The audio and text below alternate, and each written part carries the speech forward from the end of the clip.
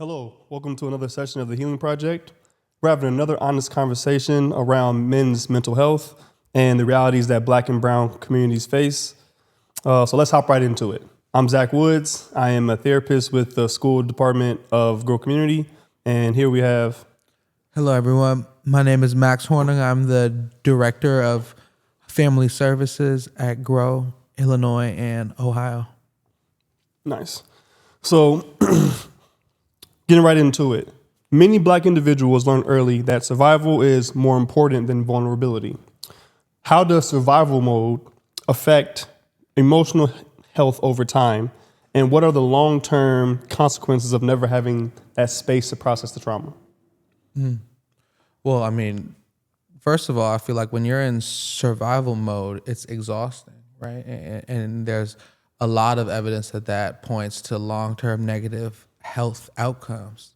So if we are experiencing complex trauma, as many of our clients do, right, it's a level of having to fight every day, having to kind of be re-triggered every day, but that kind of compounding because it's happening all the time around them, violence and stability. And over time, without healing, that can manifest for not only mental health breakdowns, but, serious health issues too. Yeah, I agree. I believe that when it comes to survival mode, many people in our communities are in that mode because we have lack of resources or lack of education or just are in, like you said, complex trauma moments. And when you are constantly in survival, it's always in the sense of tomorrow I'll be able to do it. Tomorrow I'll figure this out. Tomorrow I'll do that. But tomorrow something new happens. It's always a new problem arising. And when you're in survival mode, when you're in survival mode with less resources, you have less to pull from, then you are unable to really climb out that hole, right? And so, like you said, over time, that leads to complex traumas, stress, and different things that compound and eventually can have you implode or makes the situation worse. Yeah. And I just think I completely agree. I also think the way the question was phrased was interesting because I feel like vulnerability is important, but in order to be vulnerable, you have to feel safe, right? So that's why as a therapist, it's really important that we create these containers of safety in which we can call folks out, build skills, but without that safety, if someone who's experienced complex trauma, they will always be in that fight or flight mode. I don't know if you can be vulnerable if you don't feel safe. Yeah, that's a great point. The vulnerability to survival mode aspect. I believe that I agree. When you are the therapist, our job is to create that safe space for these people to feel, for our clients to feel vulnerable and feel safe to express themselves and their troubles and their issues so that we can help guide them in whatever way that we see that we have together seen fit. And if we are unable to create that space for them, then they come into our sessions more guarded, more reserved, and we can't really get to the root of the problem or root of the issue because they are in another situation where they feel like they have to survive. They're trying to survive our session rather than coming in and feeling open. So that's a great point.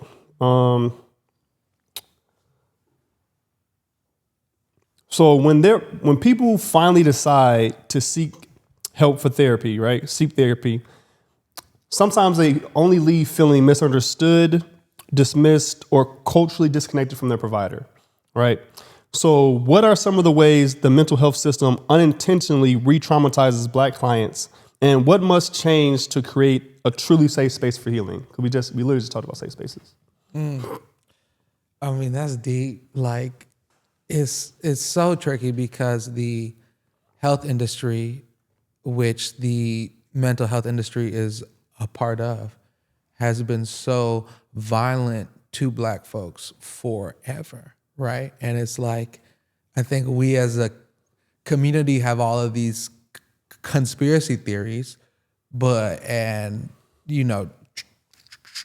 trust issues. But over time, so many of these so-called conspiracy theories have actually been true. Mm-hmm. And then I can speak for myself, receiving awful mental health care as a teenager, a psychiatrist,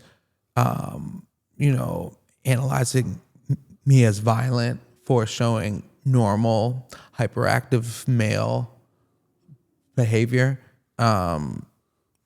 So a lot of people receive re-traumatizing healthcare and mental health care. And there's also a lot of bad therapists out there.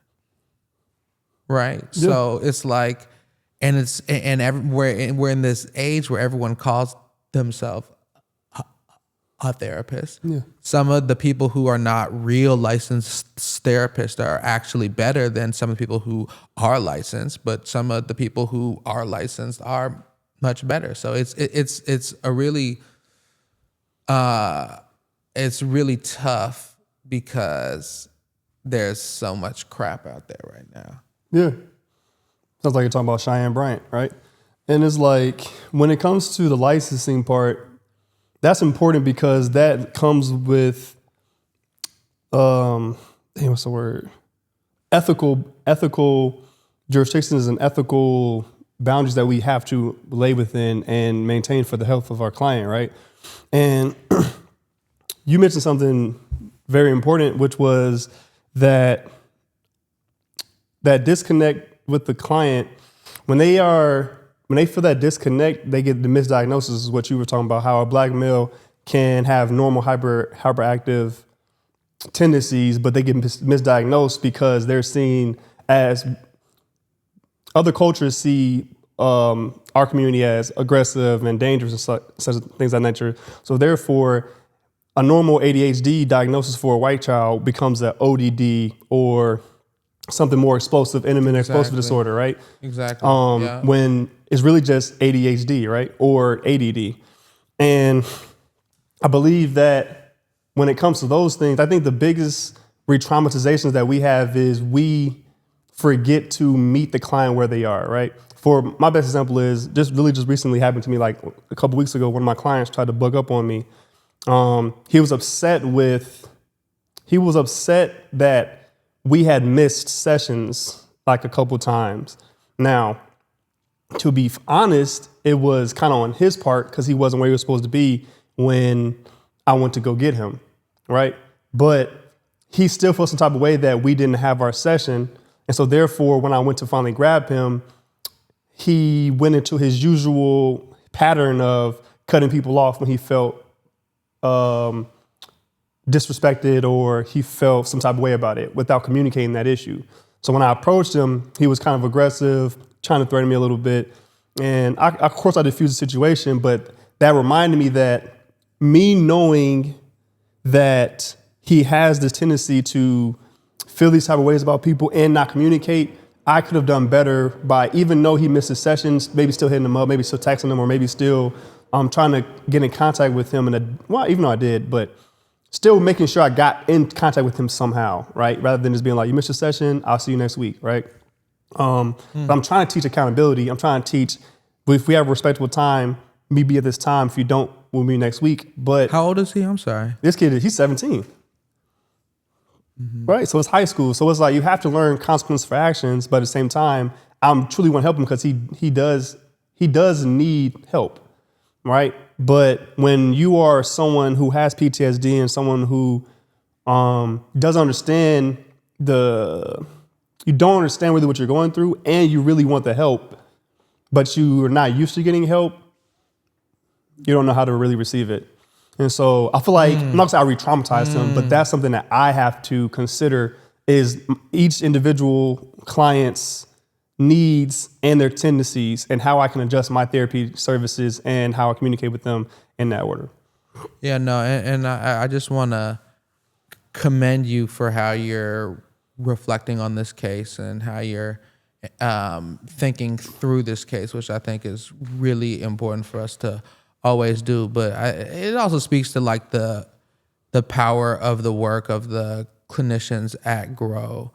Community mental health, where you are going to people's homes, where you're creating schedules with families, with individuals who are living in constant trauma activation, requires a lot of flexibility, and it requires a lot of consideration of, look, young man, we need to get you to a point where you are pretty much acting your age, right? But you are clearly not there yet.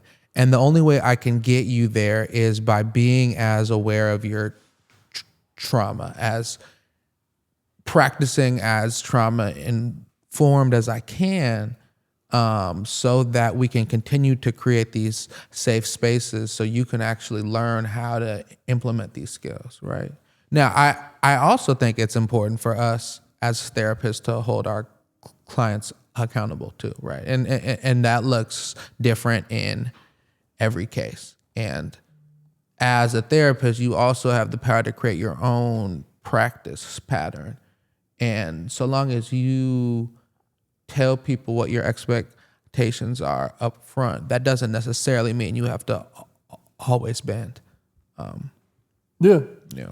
definitely. I agree with that. And that's exactly what I was trying to teach to the client was, if you have an expectation for a person, then relay the expectation to that person, because how can they live up to expectations they don't know about? Yeah. I think that's a common thing with people in relationships in general, right? We have these, whether it be the woman trying to get a man or the man trying to court a woman, we all have these different expectations for our partners, for people or our loved ones around us, but we keep them to ourselves. Then we hold them to that standard, and then we get pissed at them for not meeting up to it. And they're like, what the fuck is going on? You see what I'm saying? So that's definitely a great point. I think that, as you said, that consideration for our clients is very important. And our community work that we do is different, right? Or you said for so normalized to that stress and trauma.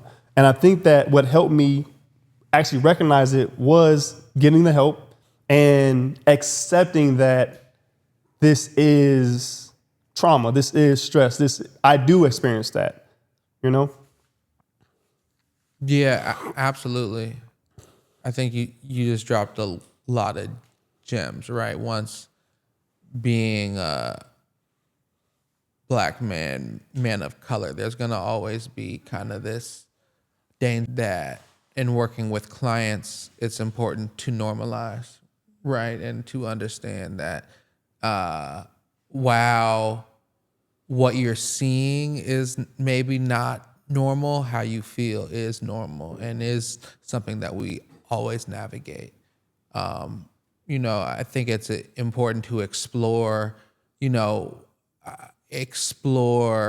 with what they see, explore kind of what their thoughts are, how long they've had interactions, the first time they heard gunshots, how they felt, what happened, the first time they saw this stuff that happens in our communities that's not supposed to be, but is, right?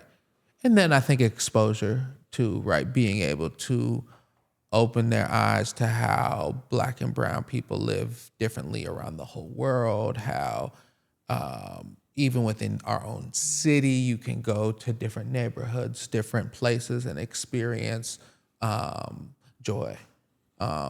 I also think to kind of get out of this cycle, something that we should all be teaching our clients is the importance of a self-care, brain care routine, right?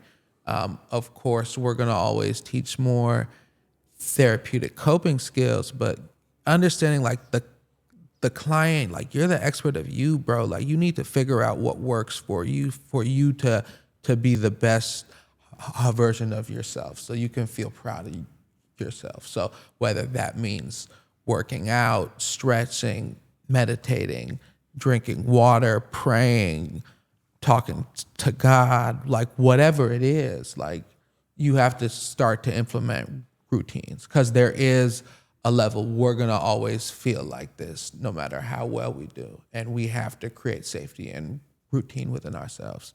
And preparing our young men, our young kings to do that too is critical. Yeah, and good points. And I think that you just said that we need to help them find their self-care routine that's beneficial. And I think that to layer that is a lot of them probably already have coping strategies, but they aren't healthy, right? So they'll smoke weed or they'll drink to get rid of the things, or they're trying to avoid it or do some type of activity. And I think it's important for us to introduce them to healthy coping strategies, which is our job, of course, and healthier ways of dealing with these stress. 'Cause I have yet to see a client and they be like, I love to meditate, you know? It's like, I love to do yoga on Thursdays, right? It's like, no, it's like, I'm going to smoke some weed, I'm going to roll this wood up, and I'm going to blow the stress away. Yeah. And so it's on top of the trauma, it's showing them that the coping strategies that they're using for their trauma could actually be making the trauma worse. Yeah, no, I was talking to a client recently, and I told him how, like, whenever you feel anything, I've noticed that your first instinct is to check your phone.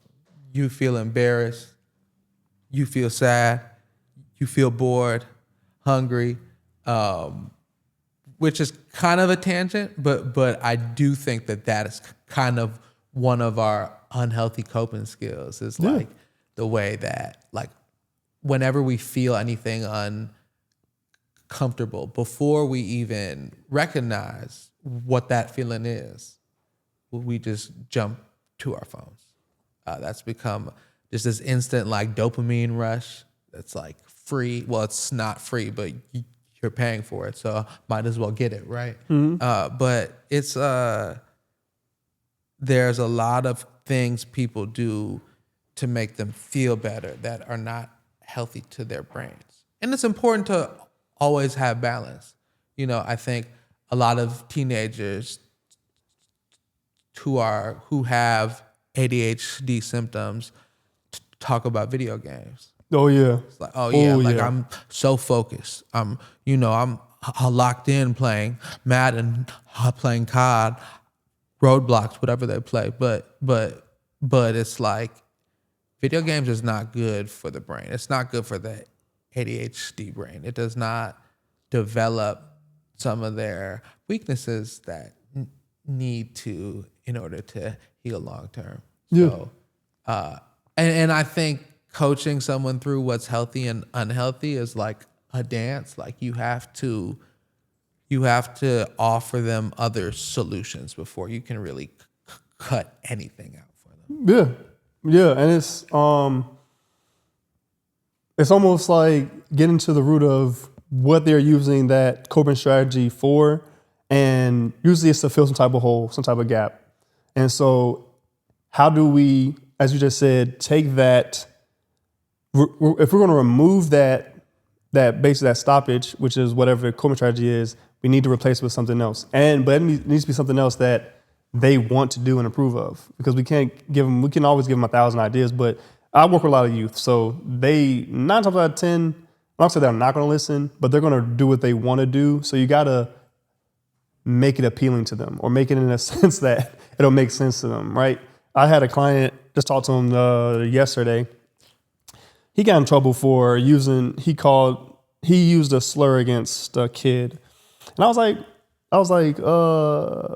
getting to the root of it. At first, he couldn't remember what was happening. So I was like, well, we'll slow down and let's get to it. So when he got to it, he basically said that he started it and it escalated. And I was like, well, what if it escalates beyond you talking mess? Eventually he said, then I'm gonna do that to him, but just hurt him. And I was like, all right, well, what if you go to jail? And he was like, I don't care about that. I don't care about throwing my life away, all that blah, blah, blah bullshit. And I was like, oh, so you like men? He was like, what? I said, well, if you want to go to jail where there's nothing but men forever, like, it sounds like you like that.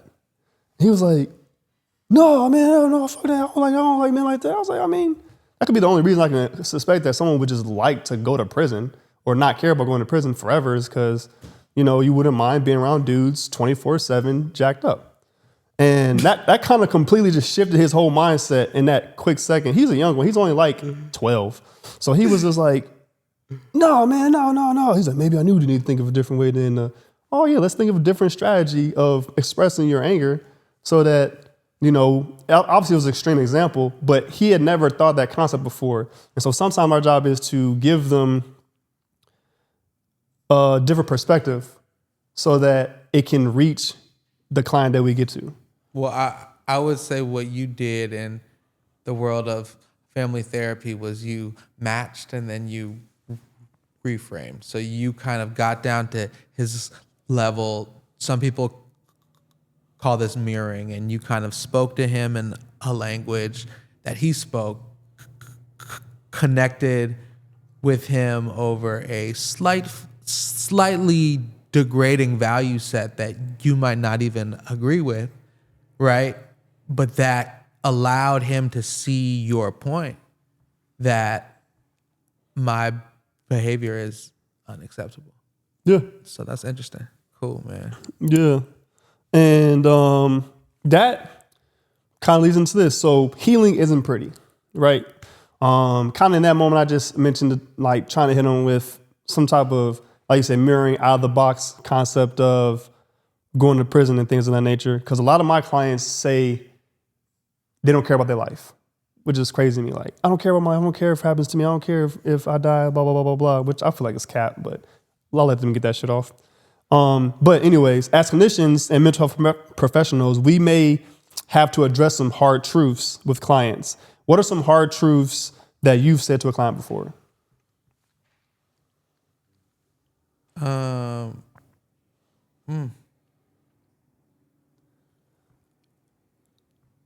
Let me warm up. In family session, I've told a parent that this is warming up.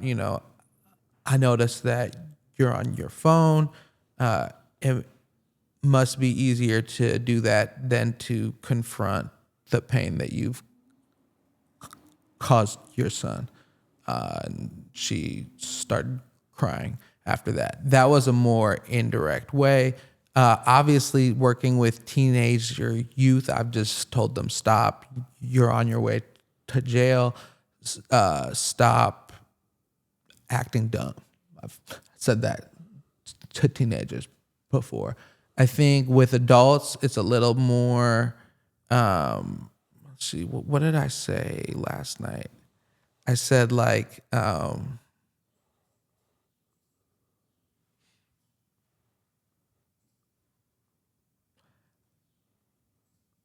it wasn't that hard of a truth. I just told someone that they should reconsider the path they're on because it's causing them more stress in over their heads. I think something might come back to me as a harder truth. I do think as I've kind of worked more with adults, less so in the community, I think the way that you deliver hard truths change a lot. What do you think is the difference between delivering a hard truth from a kid to an adult? Well, I just think like language, like I think you can be a lot more direct with young people. I think with adults, especially adults who are kind of signing up for therapy, you want to phrase it in a way that's a little more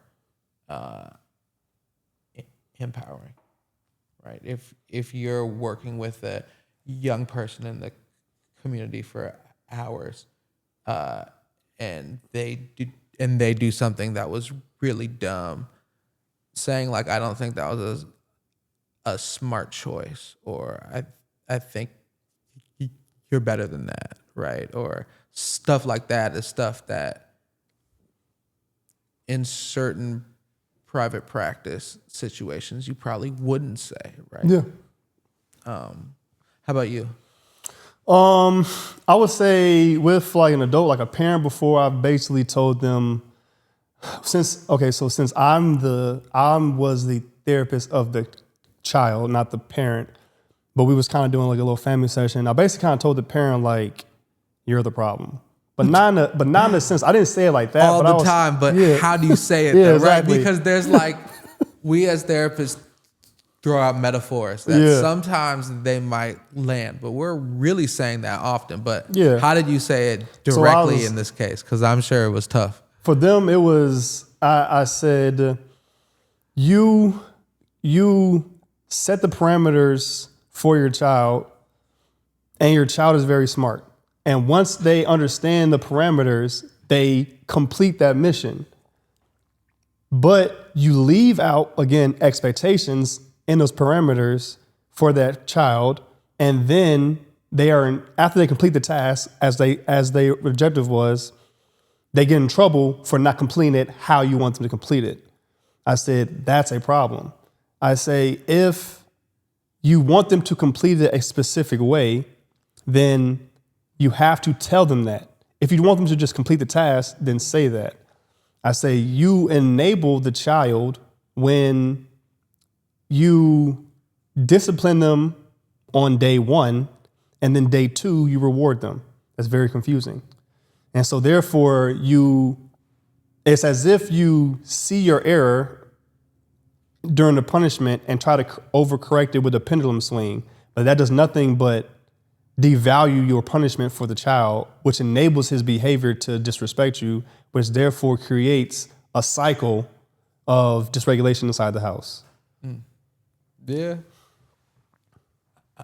I'm sure she loved hearing that. Oh yeah, it was great. She didn't curse at me at all. But something that I've actually told a parent before is that she talks too much. And the way how I did it was, there's this really great reflective listening exercise that I love to do with families. It's actually also used in like Goffman marriage therapy too, and couples counseling, but it's pretty much where you have family members or a couple repeat everything that the other person says before they respond. And you kind of structure a conversation where at a certain point as a therapist, you can step back and just let them talk. But they have to say everything with, I heard you say da-da-da-da, now I said da-da-da-da, or I heard you ask da-da-da-da. And the only thing I ever do as a therapist is just interrupt them when they respond without reflecting. So usually this exercise starts and I'll do like, hey son, tell mom about your day. And then they'll do it. And then at a certain point, I'll be like, mom, tell son 3 things that you appreciate about him. Da-da-da-da. And then it gets deeper until them really talking about conflicts. And hopefully I'm stepping back and they're saying, mom, I hear you say that makes you angry, but I don't think you understand all the stress I'm under, right? That's kind of where we're going to. But I've had several sessions where the mom overtalks, and then when it's the son's time to reflect, he don't know what the hell she said. She said 28 different things. So then at the end, when we process it, I think I've said many times, I think, mom, when you're giving your son direction, you overtalk him. Overtalk him so much that he doesn't know what you said, and that makes you feel unheard, right? So, yeah. And especially with kids, that over talking thing, you got to get to the point quick because they are going to space you out very quickly. So another hard truth I had with like younger clients, more so of, I've had to tell a client before, like the client and the parent, like your child is beyond my expertise. You're too sick for me. Yes. So I need to, as a ethical therapist, I need to refer you to somebody who has a higher skill set than myself. Oh yeah. You know what I'm saying? And oftentimes I actually refer them to the family therapist because most time it's family stuff. So I'll be like, I know if it's like, for example, if it's me and I'm doing well with the son, but the family is incohesive and the family is one step forward, two steps back when you get home, I definitely always refer them to the family therapist because we have a great family therapy department here. But I think that is one hard truth I had to tell a client, especially when I had a good relationship with the client. And then another one, I've obviously the same thing in the same note as you said was, you're going to end up dead or in jail, kid. And it's like, I know they probably hear that often, or they could hear that often, but for me, it's more so of saying like, I have given you all the tools I possibly can to help you, make, good decisions. And you are actively choosing at this point not to do those things. That's on you. So your path more than likely will lead here. And if that's cool with you, that's cool with you. You know what I'm saying? But at this point, I've done all I can. And then I think that is hard for clients to hear, as well as it's even hard for us to say sometimes because I think I don't have a savior complex. Yeah. I don't have a savior complex, but I do want to help as many people as I can. And if I feel like you haven't gotten to a level where where at the beginning of the session I thought I can get you to, then I feel like, oh, I'm leaving something on the table. But I think that's where I had to check myself and understand that people only go as far as they want to go. And you can help them along as much as you possibly can, but eventually they have to do the work. They got to do the work themselves. They got to work on themselves. They have to want to do it. And if they simply don't want to do it, we can't make them want to do it. Yeah, no, I mean, change has to definitely be self-guided. And as a therapist, you're their partner in change at all times. Yeah, no, it is, depending on the situation, it's always uncomfortable when somebody wants your help and for whatever reason, you can't do it, especially if it's a mental health a diagnosis or challenge that you feel like you're not experienced for. Because what the client sometimes hears is you're too messed up for me.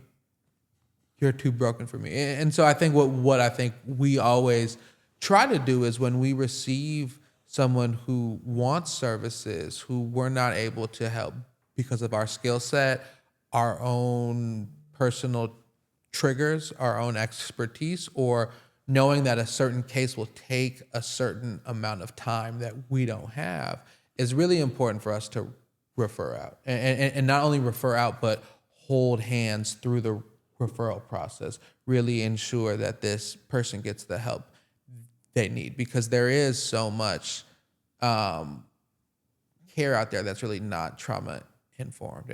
And as we spoke about earlier, that's not adequate.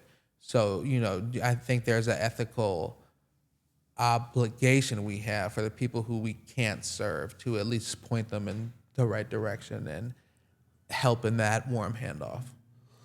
Yeah, I think that's a great point. I think that warm handoff is key. It's something I never thought about until you just said it just now. That's something I try to do, but you saying it just stuck with me. Like, I can't help you. Let me find the services for you and also make sure that you get to those services. And that's tough, especially when you're dealing with people who have trauma. Because it's always an excuse, right? So even then, at a certain point, you can warm handoff. You could set up the appointment. You can block off your schedule. But you can, even at that point, you can only extend so far too. Yeah. Sorry for No. interrupting you though. I wouldn't say nothing. And He was. even also kind of going back to the re-traumatizing point, I had a client once, I just discharged him successfully, but when I first started working with him, he was like, you're my sixth therapist in like a year. Wow. You know what I'm saying? I don't expect you to be here for a long time. I expect you to be gone in a couple of weeks. And I was like, well, I got some time. Like, well, I'll be around. But thinking about that point, I couldn't imagine him being someone and he was like one of my first clients. So I was determined to like work with him. Like, I'll figure it out.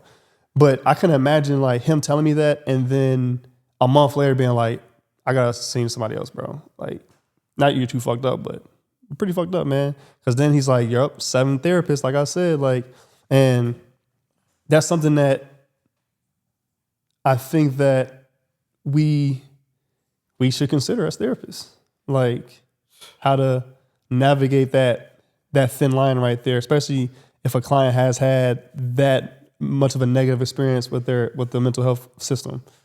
But what am I saying? When it comes to successful people, let's say successful, independent people that are fine on the surface, that can hold things in reserve very well, what are some warning signs that you may see in these people that shows that they are struggling emotionally? Well, it's interesting. I feel like, it depends how you define success, but wealthier people are a lot more likely to commit suicide, to be on psychotropic medications. All of these indicators that the typical way that we see success is not healthy, right? Yeah. So I don't know. I think a lot of successful people have these maladaptive habits that, though they struggle with, they're still able to be functional and be excellent. I think with that, like, we all have healing to do. Warning signs, though. I think in general, changes of routines, right? If this is for someone who has a friend, changes in communication patterns, a worsening of stress tolerance, right? Because usually successful people, or at least the way that we've been conditioned to think about success, are busy, right? So and with that busyness comes stress. And even if they might be high strung, there's a way that they're managing and like pulling it all in. So kind of if that stuff starts to slip. Yeah, I agree. And I feel like I'm one of these type of people who, I'm not gonna say successful, but I carry a lot of weight from just high stress, and I go through my daily life, and I don't think I show it, but I know when you're around certain people, they can notice it. So like you said, so I might get more quiet or reserved on a regular day when I see some people. They be like, damn, you good? I'm like, yeah, I'm good. But really, I'm not saying I'm stressed out, but I'm just mentally exhausted. I'm tired that day, right? And carrying that type of stress and is difficult for some people, right? And like you said, successful people are more likely to be on drugs or do different things and things of that nature because of the way they're carrying and how they use their coping strategies. And I believe that I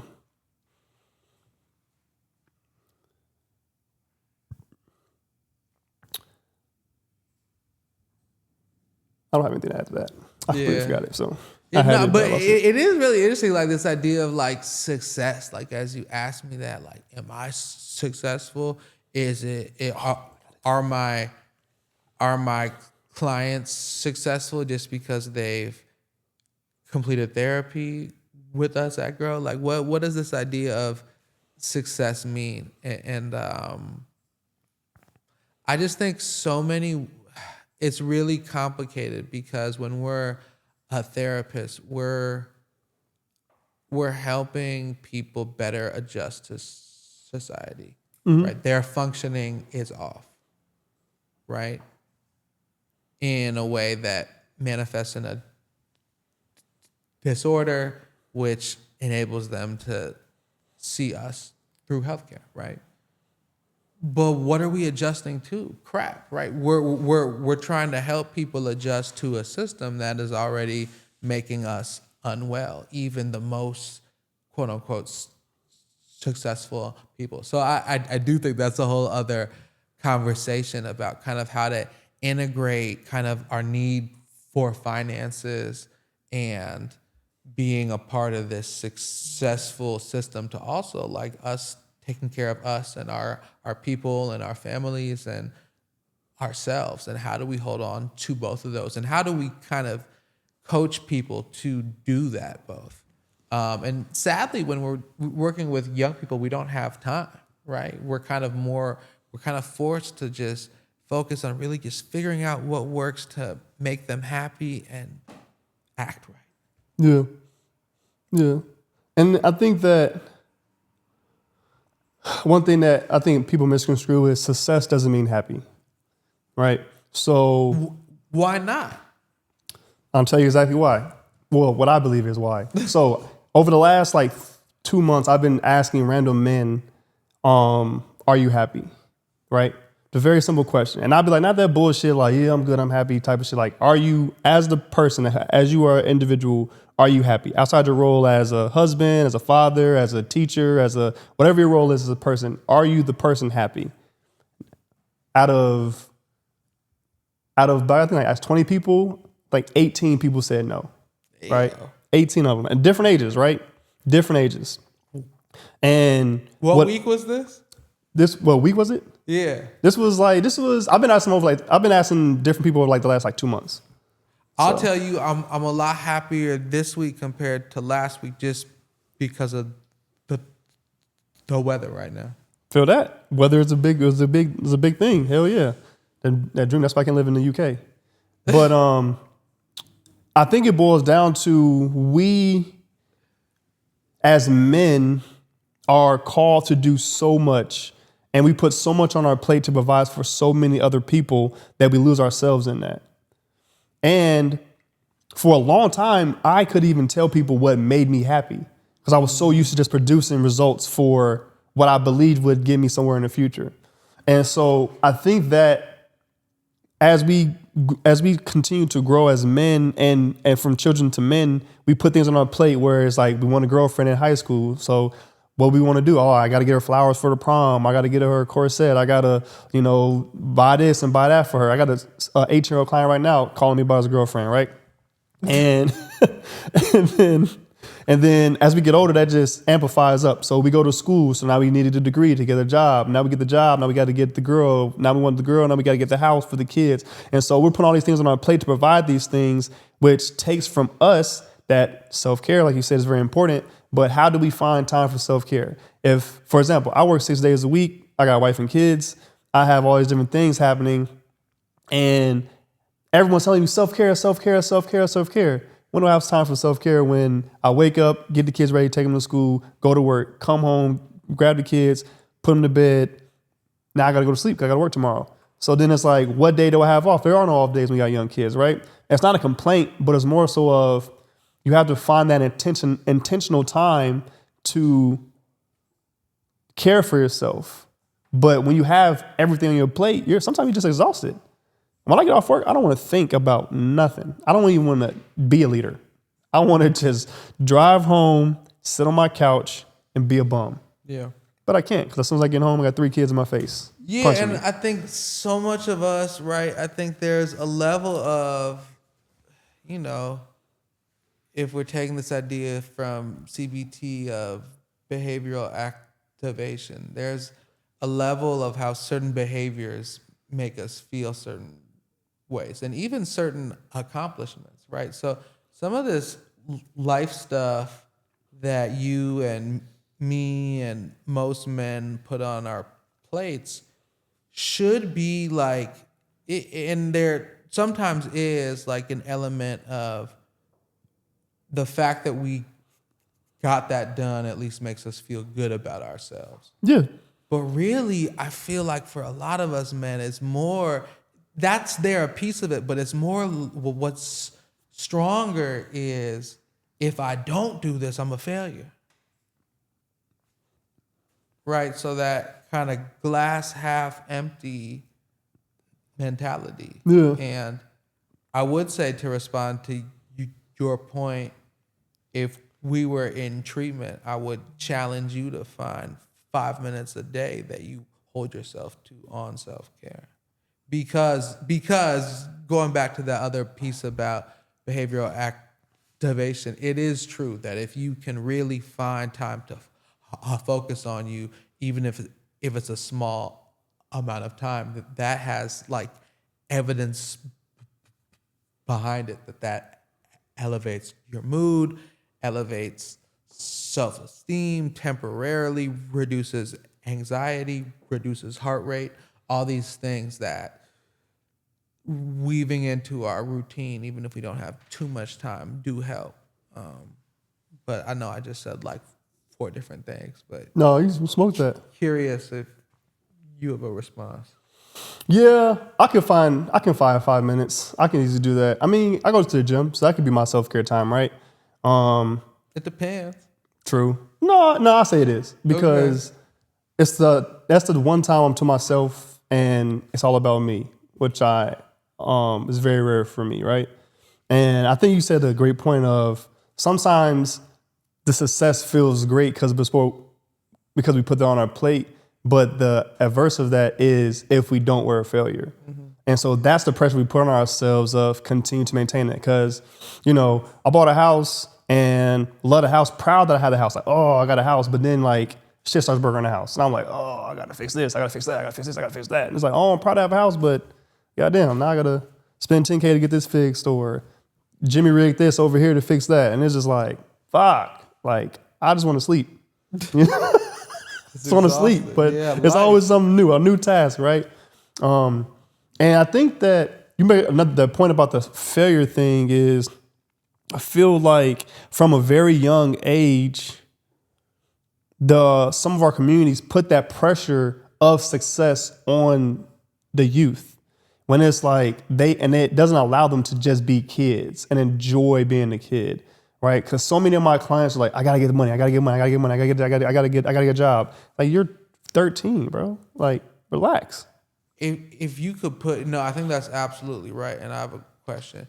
Like, in most of our communities that we work in on the south and west sides,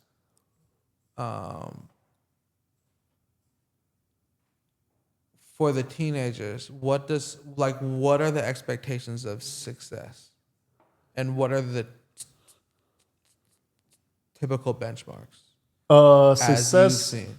from what I gather from my client, success is getting money, getting women, and not being looked at as a goofy. And I mean, quite frankly, I feel like, before I respond to that, what about the parents for those kids? What does success mean? Now, for some of my clients, I guess that's subjective, right? Because some of my clients, parents, their success is just getting them to go to school, just getting them to finish high school, just getting them to finish their homework. High school is a big one. I feel like. Just finish high school and get your grades. Like, go to school, right? Type things like that. And then for some clients, for some parents, the success is, honor roll, like that parent I told you about with She's the Problem, right? Honor roll, star athlete, this, that's success to her, and in a specific type of way.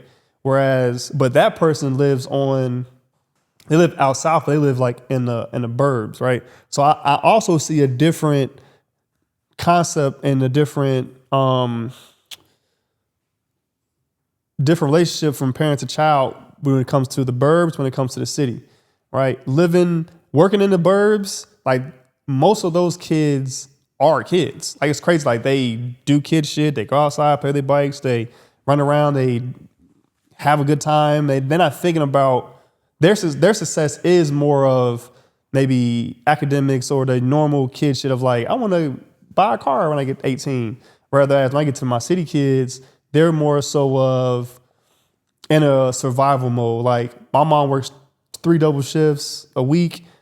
I got me and my little sister. I gotta cook for her. Then I gotta get to school today if I feel like going to school, because I was up last night with the baby, all type of shit. So it's kind of it's a whole different spectrum when it comes to different areas of the city as well. what should we be focusing on for our young people? If we had these kind of one fit all labels of success, and I know, as you said, success should be individualized, but all I'm hearing is like kind of in our communities that experience more deep poverty, it's just like finish high school. Yeah. That's it. And then with some of the more suburban or middle class families, we see it's more get good grades, finish high school, be respectful, stuff like that. What should we be shooting for? Like, what values and benchmarks of success should we have for all of our kids? I think for all of our kids, I think community. I think that it's not you by yourself trying to achieve this goal.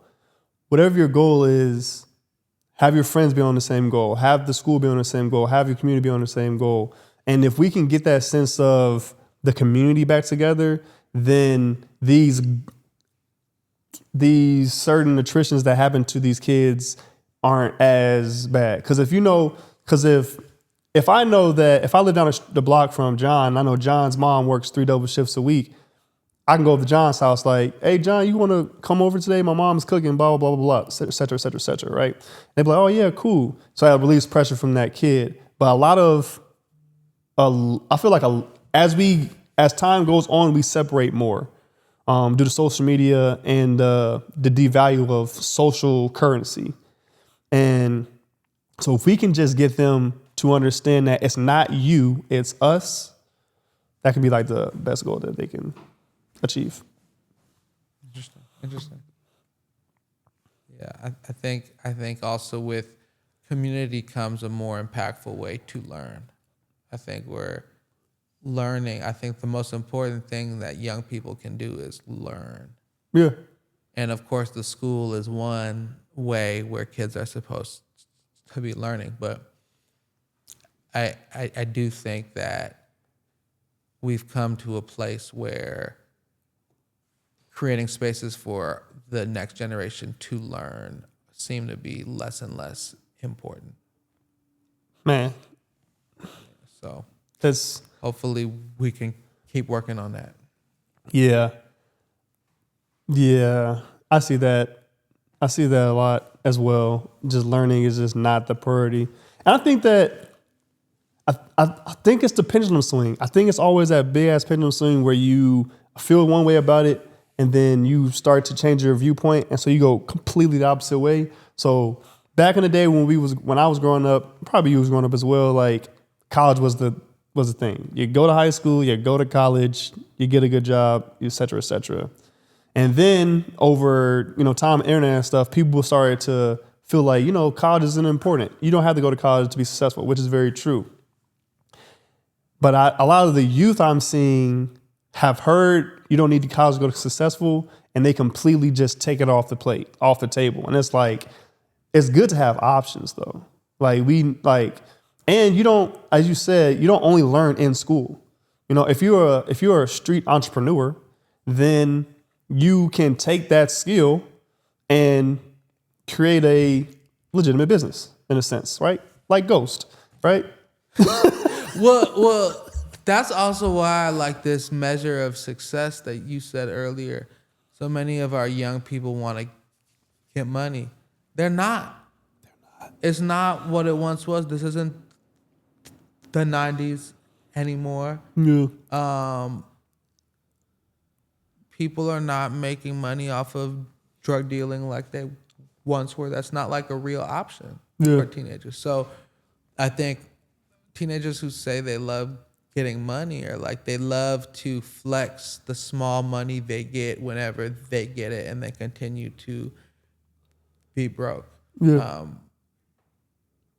So I think for them, that has to be this continuous contradiction where they're talking about how they want to get money, telling us, their therapist, telling their homies, telling their mom, but they'll go from anti-therapy to into talking about whatever over McDonald's,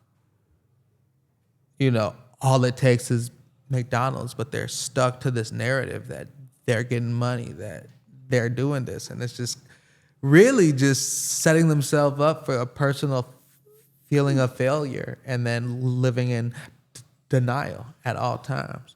And it's sad, bro. Yeah. I think that, and you saying all that stuff, it makes me, I think we have to get back to having the kids think about 5-10 years down the road. Most of my clients, not even some of my clients think of like right now, today, which is cool. I thought the same way in high school, so I'm not saying anything's wrong with that. But in the back of my head, I knew what I was going to eventually be doing. Like I was like, yeah, I'm gonna live in the moment, but I know I'm gonna go to college. I'm gonna do this. I'm gonna do this. I'm gonna do this. And I took a longer route, but eventually did all those things. But for them, it's how can I make money today? How can I make money as fast as I can? How can I do all these things today? How can I get to shorty today? And it's you can make. Let's say there is money in the drug dealing game. Cool. You can make all that money today. But in 5-10 years, where are you going to be at? Where is that going to be at? When all your peers, my mom said something to me when I graduated high school and I dropped out of college.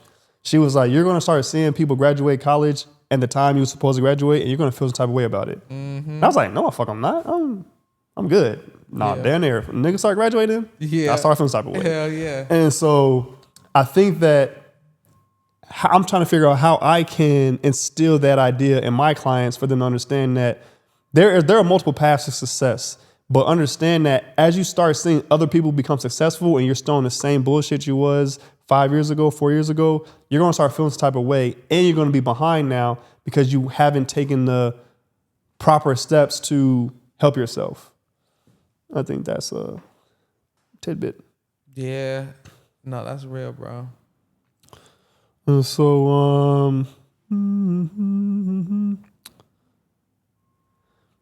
here's the point right here. It's kind of off what I just said. How can mental health organizations better meet people where they are instead of expecting individuals to navigate complicated systems on their own? That's tough. I mean, the nonprofit social service agents industry is a really tough field, right? And I think what a lot of agencies run into is you have these overworked, underpaid staff, and you don't have enough money to train them or pay them, and there's so much need.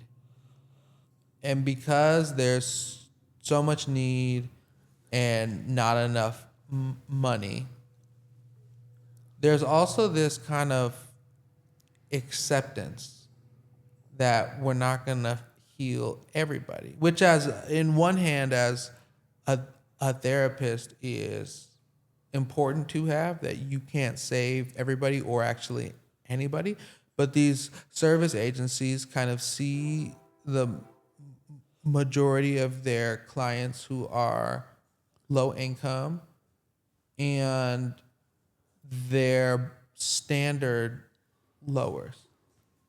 Yeah. If we help them, great. If we can't help everybody. Knowing that if they were a company designed to meet the needs of affluent folks, there wouldn't be as many issues. So I think that there needs to be a serious conversation about the importance of excellence and delivering services. I think that's like where it starts, though. Yeah. Well, yeah, I agree. And I think that, to add on to that, I think that I think the first step is getting rid of expectations, right? So allow whatever to manifest naturally in with the client, right? So don't expect the client to know how to navigate a system. Just, I'm not gonna say assume that they don't, but kind of just lay out the groundwork just in case they don't. And they can always be like, oh, no, I do that. But all right, cool. But most of my clients would tell me like, oh, no, I do that already, and never did a day in their life. So still walk them through it, right? And then when meeting people where they are is I'm a very direct person. I don't really like guessing or figuring shit out. So it's more so of I just directly ask them like, what do you need help with? What is hard for you to figure out right now? When I'm approaching my younger clients, when they talk about therapy, I basically be like, my job is to help you navigate whatever problem you have. Just think of it that way. You have a problem, I'm here to help you navigate that problem, figure it out through your work. And I think that when I meet them where they are and I don't assume anything about them, I don't judge them, and I just allow them to be them, then that manifests into a healthy relationship that then allows them to trust you to help them navigate these systems or teach them about these systems that where it might have been adverse to, or might have not wanted to, never thought about it. You know what I'm saying? Like, if I tell you as my client that you can benefit from these, meditation classes, right? And you're like, meditation, I can't sit still for a second and think about nothing. But then over time, I slowly work in meditation into our sessions, like a quick 2-minute meditation, quick 5-minute meditation in our sessions, just so that we can like calm our minds for a second. And then you see the benefits of it. Then that's slowly walking you step by step to a more beneficial coping strategy, which then I reinforce that by saying, you see how you was averse to this, and then now you are more comfortable, you love that. Let's apply that same method to this system over here. Let's apply this to your schoolwork. Let's apply this to the juvenile system that you're in, right? Let's apply this to how you regulate yourself when you get into an argument, right? You thought you couldn't do it or didn't want to do it. Now you understand the benefits of it. So let's just amplify that in a sense. Yeah. So I do think every mental health agency needs to train their staff in how to be relentless in their outreach, and just in understanding that you need to collect a lot of phone numbers, a lot of emails, be super organized and diligent about how you can reach out and really ensure that we as an agency have tried everything we can to get someone interested in the help they need. But okay, I hear that. I hear that relentless engagement. I've heard it a lot. Obviously, this organization practices relentless engagement. But I'm kind of on the fence about that, because if the client doesn't want the help, or doesn't seem like they want the help, or are adamantly ignoring your calls and text messages, then I'm halfway thinking like, okay, then be that way, and not in a hurt way, but it's like, okay, I accept you where you are. I'm going to provide my services to someone who is either halfway thinking about it or is fully invested in the services, right? What do you think? No, I mean, yeah, I think, I don't think you should be relentless to someone uninterested for months on end. Okay. But I do feel like if we're dealing with trauma, right, being pushing away is a trauma response. If we're working with caseloads of people who are exposed to violence, people who don't have access to resources, outreach, street work, and relentlessness is kind of the best way to do it. I think there's a difference between being relentless and knowing when to stop reaching out, right? I think you still have to know when to stop reaching out. But I think, kind of as someone who's in more of supervising and directing, when I hear about a case that someone can't contact the family, did you call mom? Did you call the kid? Did you call the emergency contact? Did you make contact with the school? Like, they signed up, they were assessed, they went through a process. Like, they at some point wanted this help. Like, we need to track them down. We need to. That they came to us for help. And even if between intake and assessment and us, something happened, like, we need to do everything we can. And I also think the reason why that's important for a mental health agency is because mental health agencies have missions to solve social problems. That means that some of the people who need our help the most are not going to be like, help me now, let's talk about how I feel, right?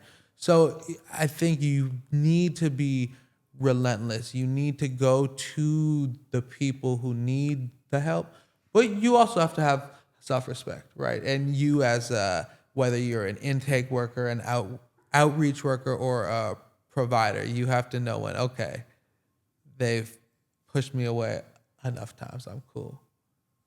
And I think that's a big difference between like social workers and kind of clinical psychotherapists. It's like this idea, from traditional psychotherapy and even some of the newer models like client-centered and Rogerian therapy.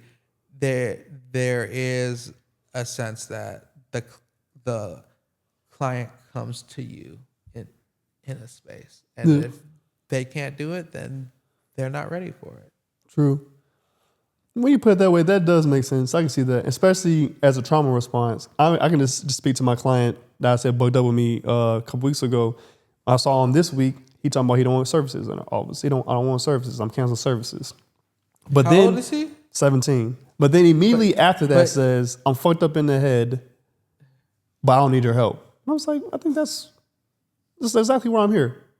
You know what I'm saying? So, how did you respond to that? I said, you have that right to cancel services. I'll check back with you next week. Then I called his mom, and she was like, fuck that. He's going to be in services. And I was like, cool. But I think that's my style. I'm not going to say my style of relentless engagement, but this client clearly does want help. I offended him in whatever manner he felt offended. And so therefore, that's his trauma response to push me away. So in that moment, I was on the fence of like, shall I let him cancel services? Because he is 17, blah, blah, blah. But even hearing you now, trauma response, and sometimes people are used to pushing away so much because they're afraid. They're really afraid to get help. They're afraid of help, or they don't know how to receive the help. And so therefore, or sometimes people use that as a crutch because they may understand that if I know I have these problems and I have these problems, then I have an excuse to not be successful.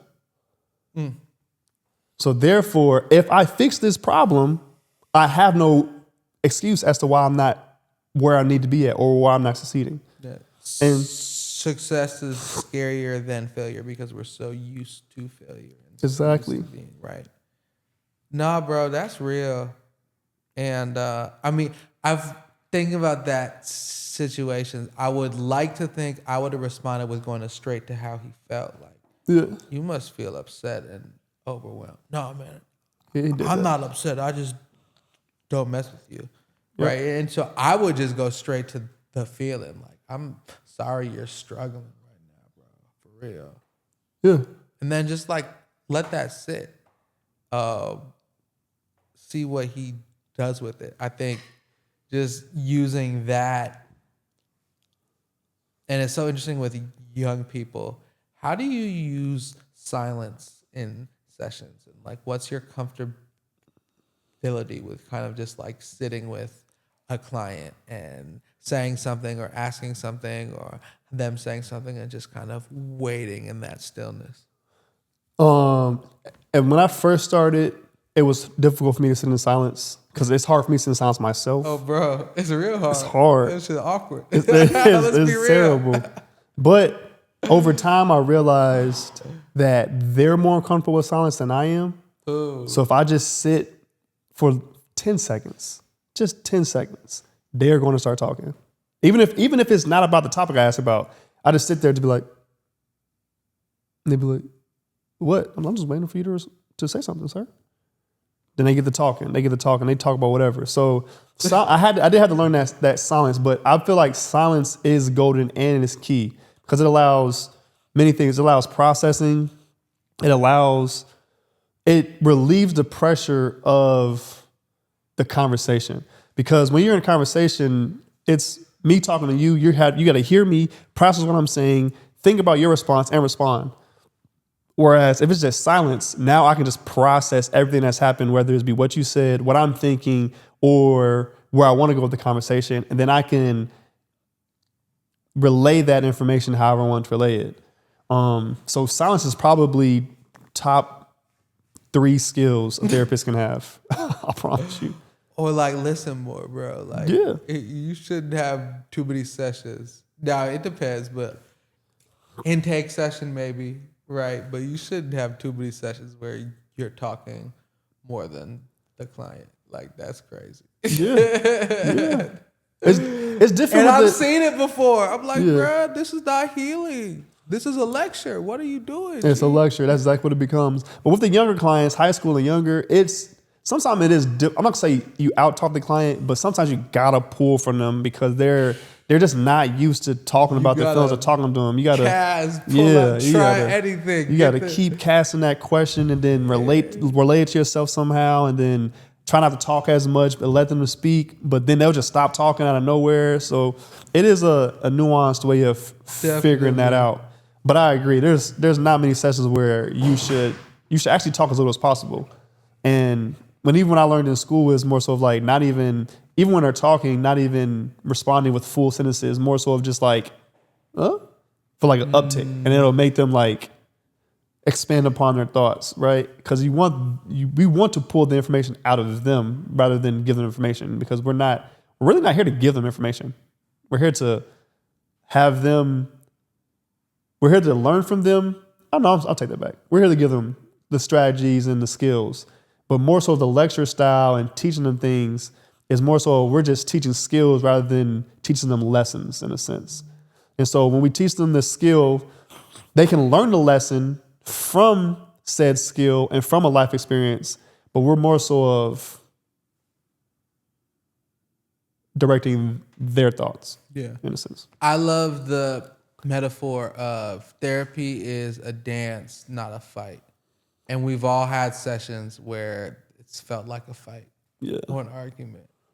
And so I think the like reframe is like, how do you deal with inner session tension and turn it into a dance? Sometimes you have to call people out. Oh yeah. And it doesn't need to be a back and forth. Yeah. Either. But I think it's hard when you care about your clients. I think we've all gotten pulled into arguments or back and forth about behaviors, about whether or not they lied, about situations that feel really important to us as their helpers. But in those situations, we might be too caught in how we feel and less about the bigger picture of this in the context of our client's healing journey, right? But, we're not perfect either. Yeah, we're not perfect. Although they may see us as having all the answers, I tell them all the time, I do not have them all. I'm working through everything just like you're working through everything, kid. It's difficult sometimes toting that fine line with these clients between like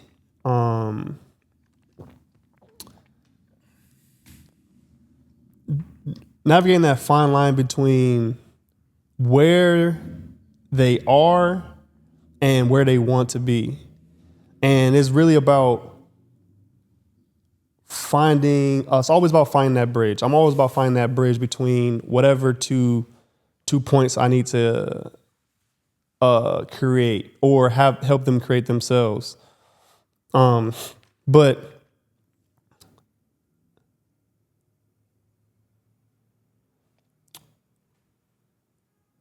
historically, right, Black communities have relied heavily on resilience to survive injustice and adversity.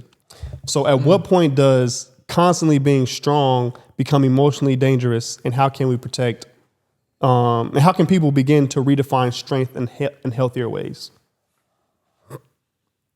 That's a great question. Yeah.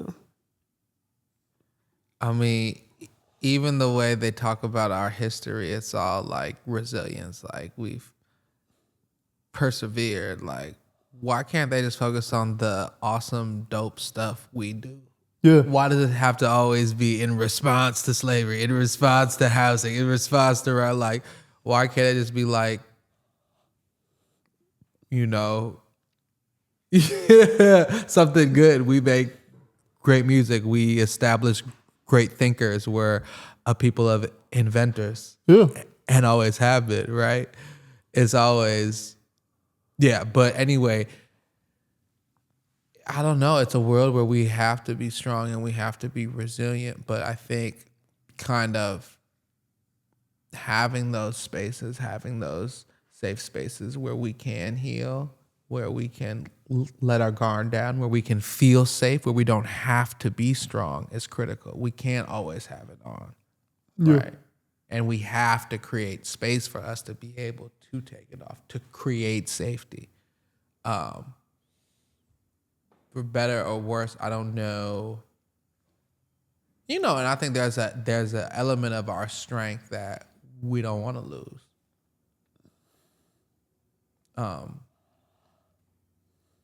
Do you see a world where we would not have to be as strong as Black people as we do every day?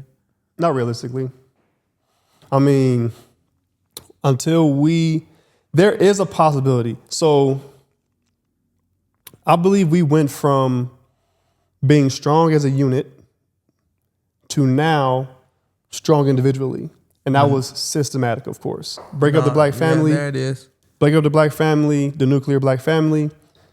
And now we have created, you know, a single mom system or a single father system or broken homes where everyone has to be strong by themselves to create what they need to get where they want to go.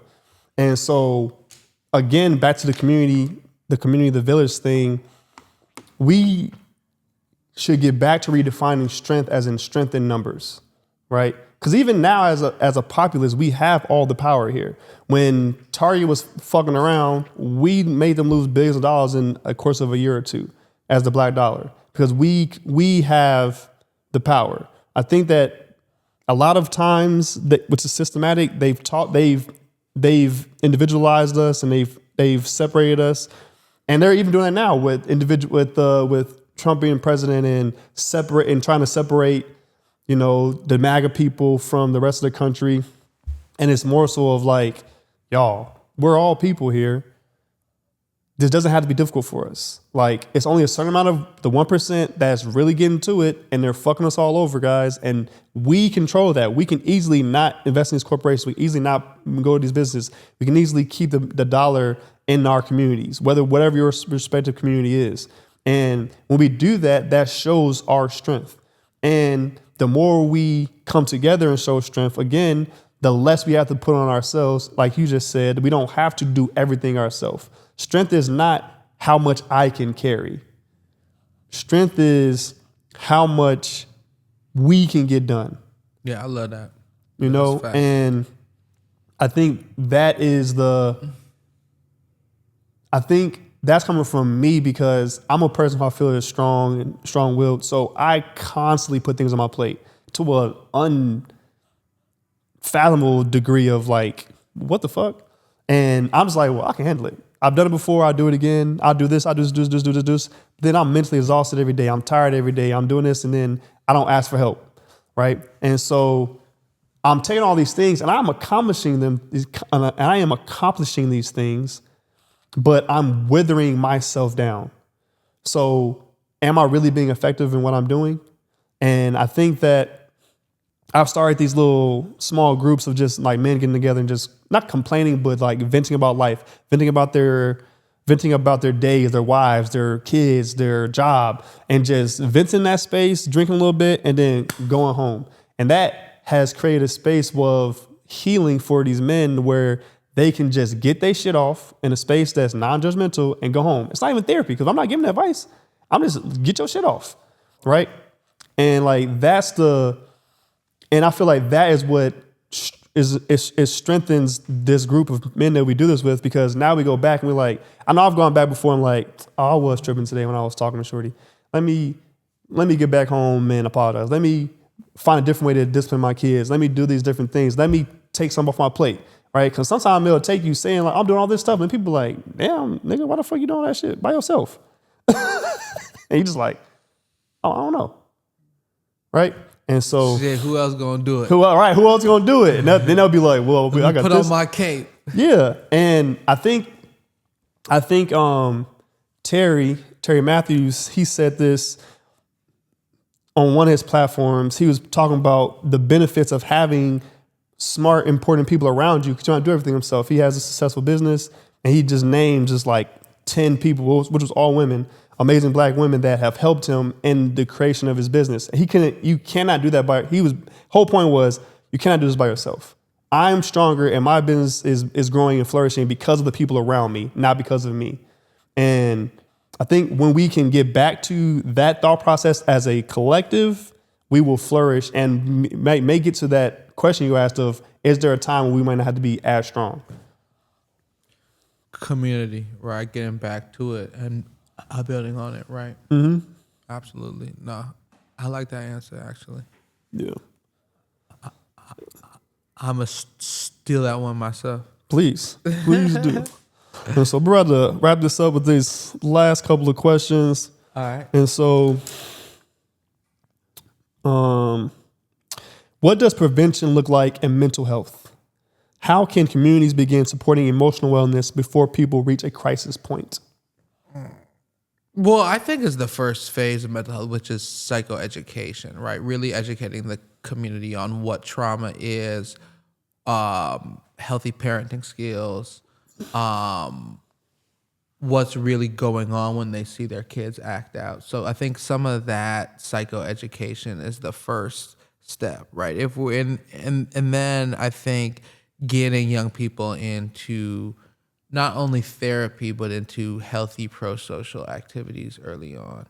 I think if we're talking about prevention, our young people are kind of, through early age testing scores, kind of pre-tracked out into the youth who are going to end up in the streets, are going to end up in jail, just because of test scores sometimes, or what a school feels like they see going on at home. So empowering the whole community to see these warning signs, and then also like creating different avenues of healing that are actually accessible. I do feel like GROW is playing a part in this prevention work, but I think there's also a level of the work we do in any therapist or any social worker that until we get better policy, it's kind of all Band-Aid work too. But you know, the more Band-Aids, the more cast, the more splints, and the more early billboarded public education we have, the better. One last aspect of this, I think what will really help if someone figures out a way to crack the algorithm, to crack the code, to get, instead of what we scroll being specifically geared towards our deepest vices, if someone can figure out how to get healthy mental health stuff in our community, so our kids aren't only seeing music videos and videos of guns or whatever else is on their algorithm at that time, but instead we get like true psycho ed out there. I think that could help too. No, that's those great points. I think I would definitely say psychoeducation for sure. Psychoeducation and awareness. The psychoeducation piece, you just hit on the head, so I'm not going to double down into that, but teach them that their coping strategies, whether they are positive or can be better, what they are. Teach them that going out and playing basketball is a self-care method. They might not even think about that. That's you pouring into yourself. Show them all the ways that they pour into themselves, so that, because they're probably not thinking about that process and that at all. And then the awareness part, teach them that, which is you're pouring into yourself. And then also, if you notice that other people are pouring into them, point that out as well. Because often with my clients, I see, again, no one's helping me. No one's here for me. No one cares about me.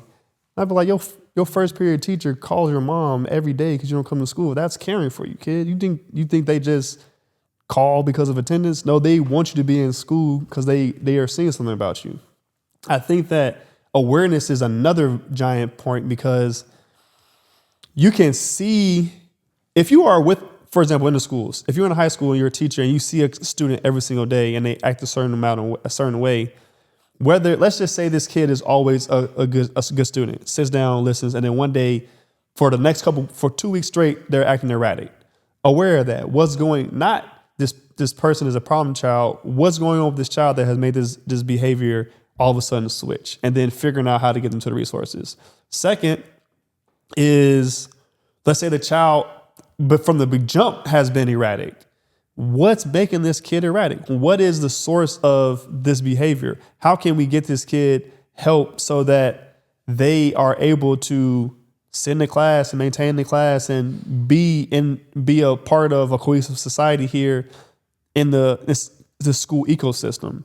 And I think that, like you said, our educators and our clinicians, all these people, they're overworked and underpaid, which makes them mentally exhausted, which then makes them not take that extra step for some of these students when that one student might need that extra push, that extra help, that relentless engagement. Like, I know you hate that I know you hate that I'm coming to talk to you every single day, but I'm gonna keep coming to talk to you until we figure out why you mad every day, kid. Let's figure this out together, you know? But I think those two things, psychoeducation and awareness, are key for that. Whatever. Prevention. Yeah, prevention. Yeah. So you're back on team relentless engagement. You might have sold me. You might have got me. You might have Go got back me. to the dark I was side. about to tell that kid, get the fuck out of here, but Let's be annoying.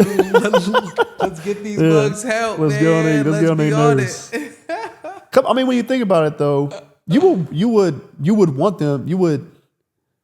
If you want anything to be relentless, you would probably want mental health to be relentless for you, because you want someone that's, I'm here to help, and I'm gonna be here, nigga, until you get some help. So annoyed. Stop Yeah. calling me, therapist. Yeah. I'm Why you so calling me? embarrassed. Why I you just got calling me? expelled. I don't want to talk to you. Stop hitting me up. Yeah, nah. I would be so. It's Do a like, session. It's like, well, one of those things where in the moment as a client you're probably so annoyed by, but like retrospectively you're so grateful for it. Yeah, see, like, man, this nigga kept hitting me. He Like, kept bro, coming. He chill kept pulling out, up. bro. I'm cooling, man. I Yeah, could just see them like, oh god. facts. And so the last question I got: for individuals who want to support a loved one struggling with mental health challenges, but do not know what to say or do, what guidance would you offer them? Oh, that's so tough. As you give that synopsis, there's just so many stories of like, ultimately, like you wanting to help a sibling and the sibling or whoever not wanting to get the help you offer. But I think the steps are, one is to just like listen, hear them out, kind of learn what the options are, and just kind of support them in getting whatever help they may need. So usually when someone calls me, I'll kind of ask to hear about what's going on, and then I'll give my suggestions in terms of what types of programs to offer, right? I think you should offer them to go with them to appointments, to kind of do that warm handoff yourself, and there's a lot of websites out there where you can really customize the type of mental health care you get. So I think it's important to really be sensitive that your loved one might be resistant, but that you can maybe help them find a provider that they would feel comfortable with or that would actually help. And at a certain point, though, there's a level that there's nothing more you can do. And you might have to create boundaries within which you're okay communicating with them until they seek the help that you offered them to get access to. Yeah. Yeah, I agree with everything you've said. I think also one thing that helps for me is like leading by example. So I, even though I'm a therapist, I never really suggest people get therapy. I kind of just always just tell them that I'm in therapy. I go to therapy every single week, and they'll always ask me like a common question I get is, as a therapist, how do you take on everybody's daily struggles and life stuff and then go home? And I say two things: I compartmentalize really well, and I have a therapist, and so I'm able to offload whatever issues or struggles I'm having in my session. And the one thing, this is off subject, but the one thing I hate is going to a session and then having a great session, and then like 10 minutes after the session, something happens to me. I'm like, fuck, I gotta talk to my therapist, and I gotta wait 7 days. That's besides the point, but I just want to say it happens to me quite often. I ain't gonna lie to you. The same day of a session and shit, like, oh fuck. But I think, yeah, leading by example, because what that does is it shows them that no one is too big to get some help or some type of help. Or you would think that, quote unquote, I have all the answers 'cause I'm a therapist, although I don't. But people might think that. But if I also have one, then you can get one, because I know, at least I know more than you. And so therefore, if I know more than you and I'm getting help, get some help too.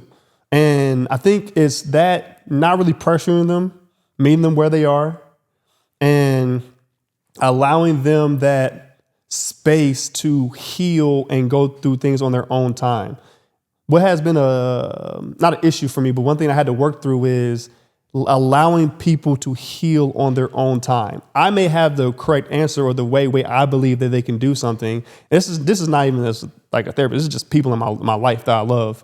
Like, I may have the answer for them, or I might have a solution for them, but they aren't ready to either A, hear that solution, or B, put that solution into place. And so therefore, I need to give them whatever information that they are ready to receive, and then allow them to mosey on down that path in whatever time that they can. Because although we know our people's lives, loves, and our lives, we don't know exactly what they're going through or everything they're going through at all times. So what I feel like is a simple solution for them may be the hardest thing in the world for them, because they have many things on their plate that I don't know about. And so it's really allowing them to do things on their own time, and then being there in case they need help taking steps or warm handoff or anything of that nature. Yeah. And so,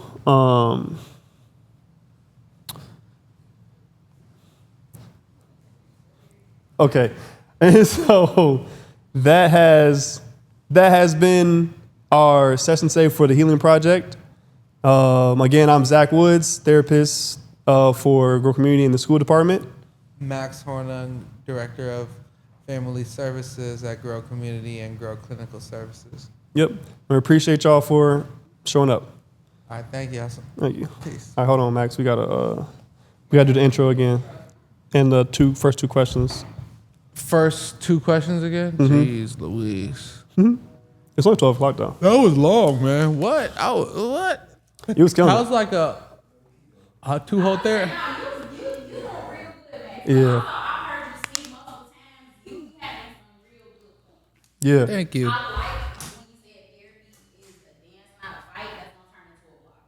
Yep. All right.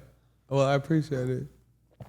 My first question was the vulnerability question, survival mode. I don't know what the second question was. Oh yeah, and like that's when I. also want y'all to because y'all got into what's normal versus what's normalized. Are those constant conversations that you have with clients? I want to hear some examples of what that looks like. What's normal versus normalized? Got it. That's a big difference, right? For example, every time I pass a cop car, it don't matter what my speed limit is. I look through my rearview mirror every single time I pass. Every time. That's because I live in Inglewood. You know what I'm saying? And I've been harassed by the cops before. I got 10 windows. I raise down the window. They realize it's me, a woman by myself, or if I'm in a car with a guy, and then they harassing him. So it doesn't matter the situation. I don't have a reason to be like that, but I have a reason to be like that, right? Yeah. That's not normal, but it's my normal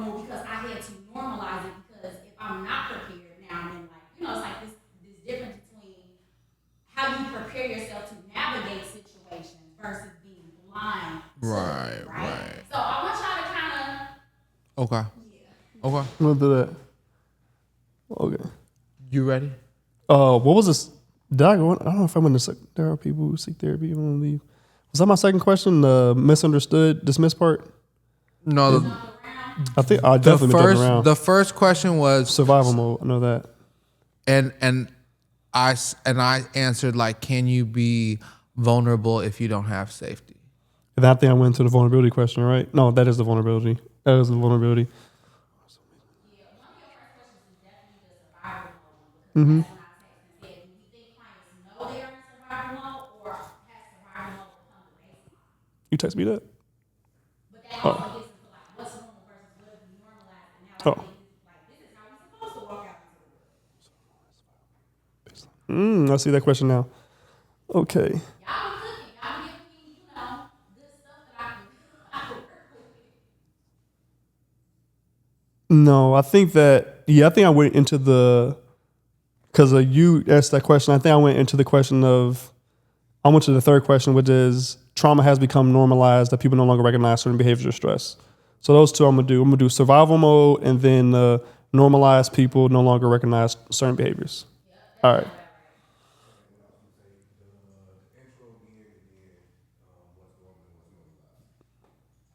And then we'll be done. So we should be out of here in like 20 minutes. Wait. Intro on those two questions, right? Oh yeah. That's part of the question. Yeah. Yeah. Survival mode. Okay, because I can definitely ask your question off the back of the.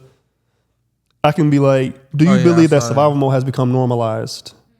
And then speaking of normalization, we have become so normalized that people don't bear certain behavior stress. Yeah, all right, cool. All right, so it's like clap. Healing Project, right? All right. Clap. Welcome to the Healing Project. We're having another honest conversation around men's mental health and the realities that Black and brown communities face. Let's get right into it. I'm Zach Woods. I'm going to let you introduce yourself. And first question on the board. All right.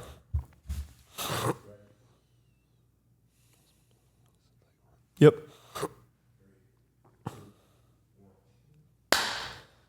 What's up, everybody? Welcome to another session of the Healing Project. We're having another honest conversation around men's mental health and the realities that Black and brown communities face. Let's get right into it. I'm Zach Woods. I'm a therapist with Grow Community in the school department, as well as a neurofeedback specialist. And this is... My name is Max Hornung. I'm the director of family services for Grow Community Illinois and Grow Clinical Services Ohio. Nice. So, Max, many Black individuals learn early that survival is more important than vulnerability. How does survival mode affect normal health over time, and what are the long-term consequences of never having space to process trauma?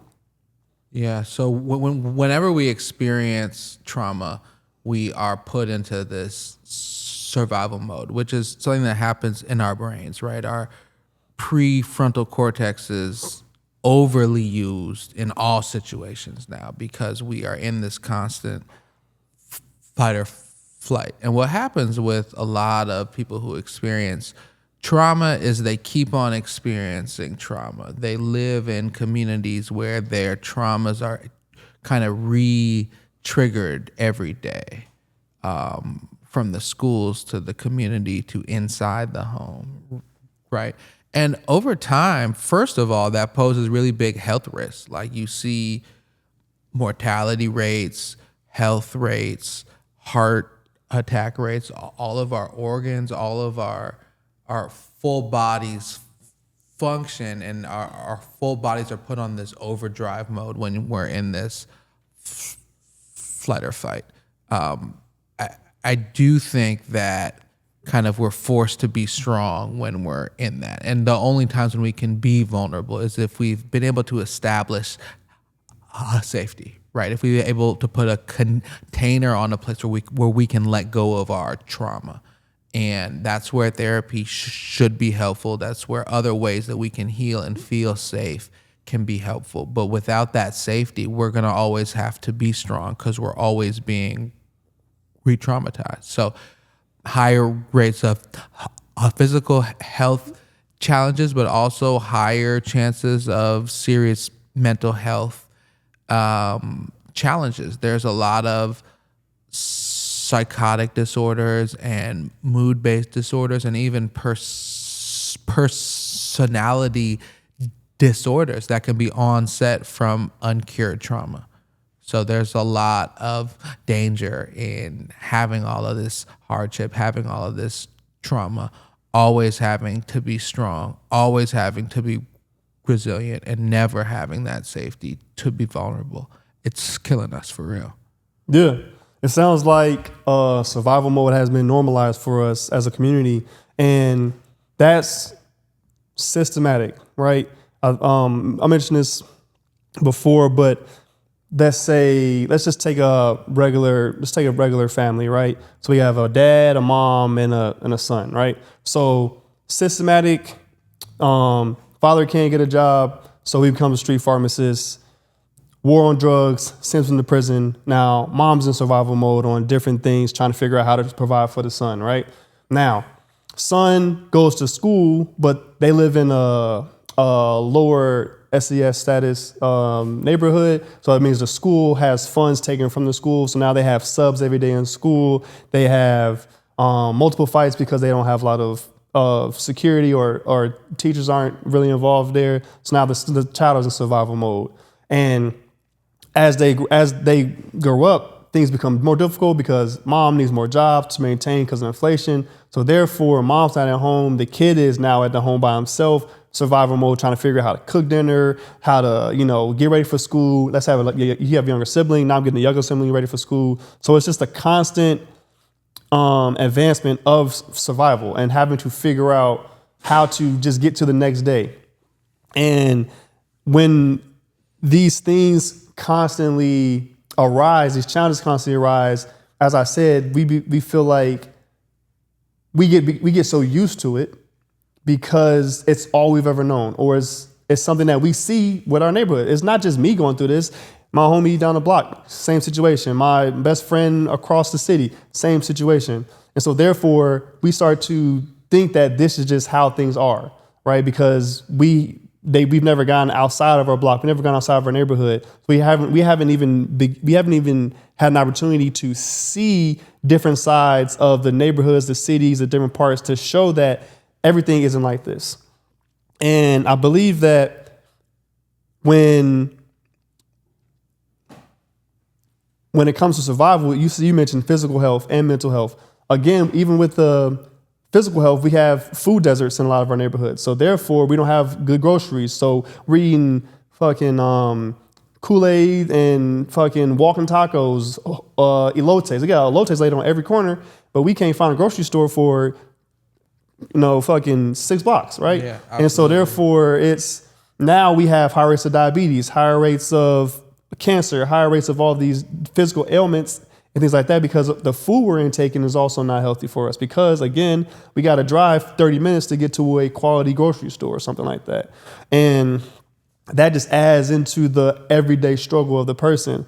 And then, because we have all these needs and we're not getting resources, and these needs that are traumatic are being re-triggered every day, then we're more reactive in situations and start to act out in ways that impede our progress in other areas. So families might go to the DMV, and I've seen clients throw fits, right, and just look crazy, right? And then everything they're going through, like there's a final straw, there's a trigger, or the kid who curses out a teacher for scolding him, who has trauma from adults talking to him, police stopping him, authority figures abusing him, and kind of what's become this normal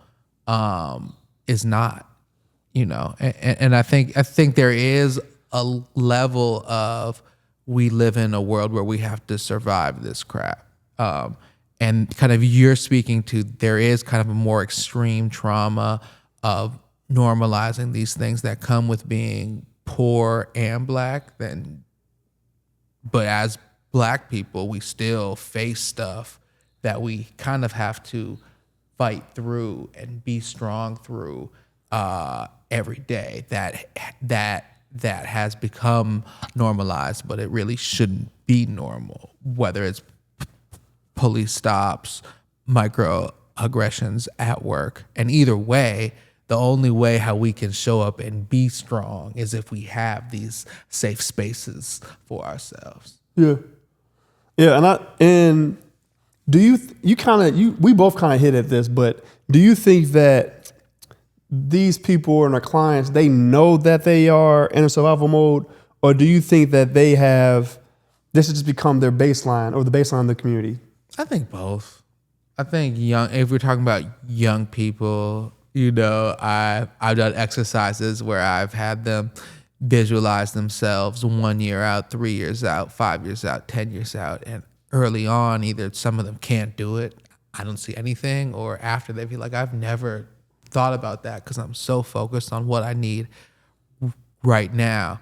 And I think some clients can even take a step back and it's like, that's how I live. That's how we live in the hood. I know that's not how everyone lives, but that's how I do it. And then there's other kids who feel like this is like that they're so in it that this is the only way, and there's not even that ability to step back and say like, this is how I have to handle stuff. But I know that's not what everyone deals with. Yeah, and you definitely just hit on this. And so in many communities, trauma has become so normalized that people no longer recognize certain behavior, stress responses, or emotional patterns as signs of distress. So how do we begin helping these people identify trauma when dysfunction has become part of everyday life? Yeah, right. And there's an ability that we are going to have to be strong forever. But I think knowing yourself, I think one thing is like knowing your body is really underrated, especially with trauma. CBT teaches that every feeling has a physical manifestation, and there's a lot of great work from somatic therapy where you can really work with the body, but especially with trauma, like traumatic events, trauma responses, triggers are held physically. So even you can start from doing stuff that's good for your body and starting to bring awareness to your body is like a great clinical approach. Also, I spoke about safety. Like we need to, for all of working with anyone who's experienced trauma, you need to create this container of safety in which they can start to do hard work. But without that safety, you're kind of screwed. What do you think? I think that I agree with everything you said. And I also believe that we can do our part in teaching them that just because it's normal for them doesn't mean that they don't need to heal from it, right? And just because it's normal for you doesn't mean it's normal, right? Or right. But who can gauge what normal is or not, right? I guess that would be subjective, but we have a general sense, right? But I think that when we, like you said, have them take a step back and actually take a look at either their life or years down the line, what do you see? If they can visualize that or vocalize that, go into that and figure what that is. Because that might be some deep-rooted trauma. They might not even believe they'll be here 5-10 years from now, right? Or they might not be worried about that. And I think my biggest, when it comes to me personally, I have lived in high-stress environments. So therefore, I have also had a unique relationship with with stress, to the point where I used to not think that I could stress, right? And so what helped me was neurofeedback, and then trying to figure out how to, when I read my brain map, take a look at it, realize I have anxiety, have all these different traumas and things of that nature that I need to resolve. But seeing it in real time allowed me to be accepted. I think people, since it's so normal, people don't accept that it's something that they need to work on. right? If I'm used to, or subconscious, we was just talking to our colleague, and she said that she's, no matter where she's doing, she's driving, no matter what she's doing, if a cop drives past her, or she drives past a cop, she's looking in the rearview mirror to make sure they not on that with her. That's never gonna change. I do that every single never time. Never gonna change. Right. Never gonna change. No matter, I don't care, Lord willing, how much money we have one day, anything like that. I'm gonna always check. Right? Always gotta check. Make sure he didn't flip a bitch and turn around trying to get on my ass. Right. So right. It's I think with clients though, right. What's the stuff that they're going to have to deal with forever? What's the stuff that they're just dealing with now in their situation? How to normalize the feeling, right? Like those situations, and I do this like when clients tell me about how they got locked up or were in jail. Like, how did you feel? Like, what was happening physically? Like, was your heart pounding? Like, really getting them to normalize that these traumatic situations make them feel. Like, I think that's a really crucial step while both preparing them for what's to come and also exposing them to different ways of living, different communities, different ways that Black people speak, talk, sing, communicate around the world, I think are all really helpful ways to heal. But there's a level of it that we're just going to always have to be strong in certain situations too. Yeah, that level of strength is always going to have to be a part of our makeup. And that just reminds me of my client. I have a client who has PTSD, and when I ask him about like going outside or going down the street or anything, he's like, I don't go outside. He's like, I don't go outside because avoidance is one of the main manifestations of PTSD. Boom.